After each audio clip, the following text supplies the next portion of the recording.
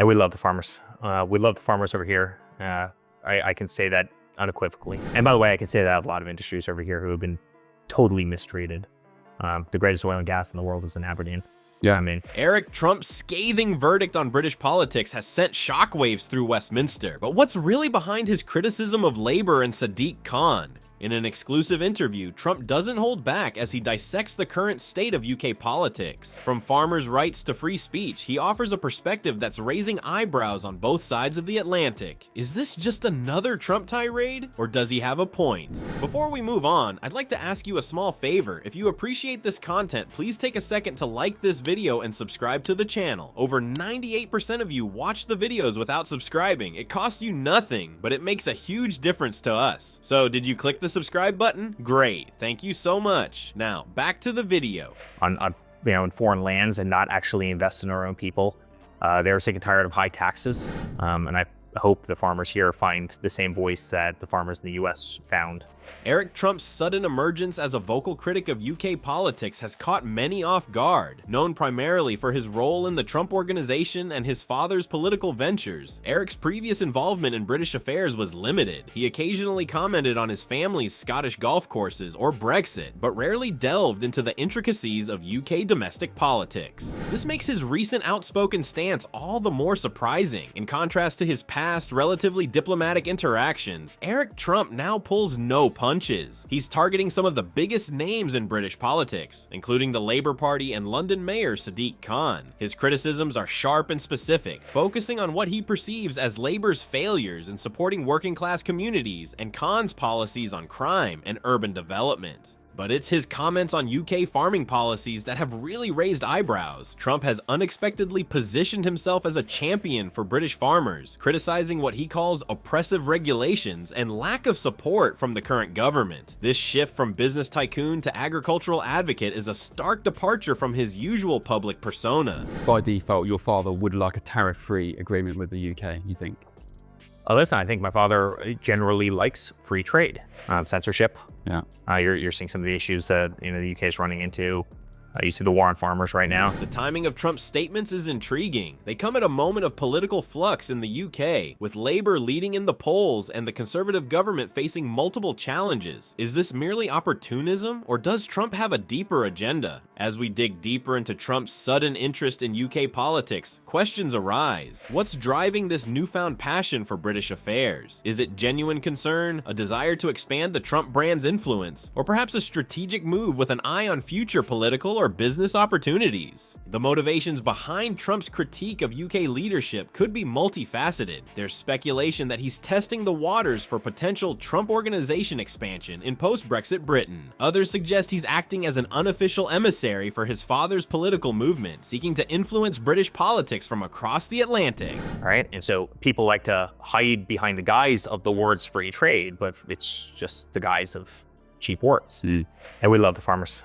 We love the farmers over here. I can say that unequivocally. Whatever the reasons, Eric Trump's words are having a significant impact. British farmers, feeling overlooked by mainstream politicians, are finding an unexpected ally in the American businessman. Free speech advocates are watching closely, as Trump's outspoken approach challenges the boundaries of political discourse in the UK. As we consider the ripple effects of Trump's comments, it's clear that his intervention in British politics is more than just headline fodder. It's a testament to the growing influence of international figures on domestic political conversations, blurring the lines between national and global politics in ways we're only beginning to understand. What happens when an American businessman becomes an unexpected champion for British farmers? Eric Trump's comments have sparked a political firestorm, leaving us to wonder, is this the beginning of a new era in UK-US relations, or a temporary distraction that will fade as quickly as it appeared? And by the way, I can say that I have a lot of industries over here who have been totally mistreated.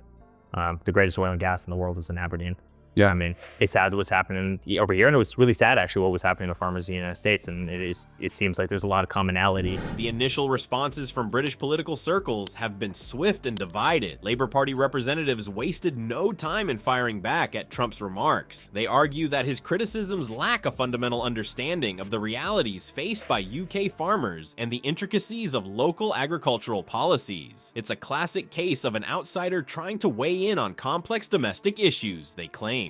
Sadiq Khan's office too has pushed back against Trump's critiques. They've emphasized the importance of local leadership and the need for policies that genuinely support farmers, rather than relying on commentary from foreign figures. It's a stance that underscores the tension between global influence and local governance in today's interconnected world. Interestingly, UK farming organizations have shown mixed reactions to Trump's statements. Some appreciate the spotlight he's shown on their struggles, seeing it as a rare moment of international attention for their cause. Others, however, are more cautious. They warn against putting too much stock in foreign endorsements, preferring to focus on homegrown solutions to their challenges. The potential impact on UK-US relations can't be ignored. With recent political changes in the UK, diplomatic communications and trade discussions are already in a state of flux. Trump's intervention adds another layer of complexity to this delicate balance. Will it strain ties between the two nations, or could it paradoxically lead to more open dialogue on shared agricultural concerns? What's particularly striking is how Trump's words seem to resonate with a growing number of disillusioned British voters. Recent polls indicate increasing dissatisfaction with current leadership, especially regarding agricultural policies and support for farmers. Trump's criticisms, whether intentionally or not, have tapped into this vein of frustration. It's a reminder that political discontent can create unlikely alliances across borders.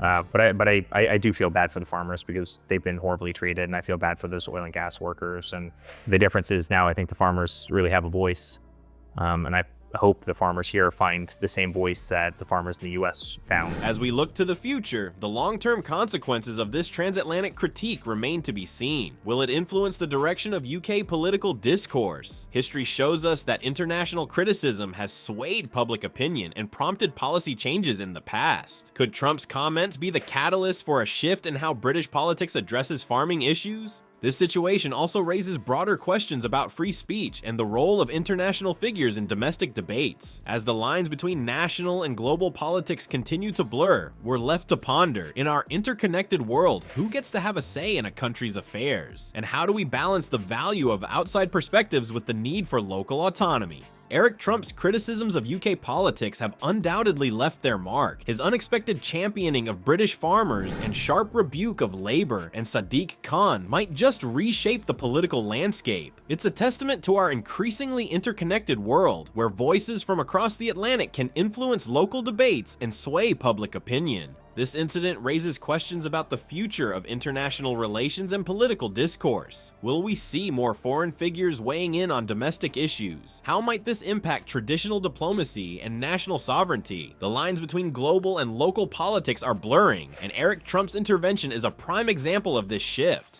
As we look to the future, one thing is clear: the realm of political criticism is expanding beyond national borders. In this new era, how do we balance the value of diverse perspectives with the need for local autonomy? It's a question that politicians, voters, and international observers alike will need to grapple with in the years to come.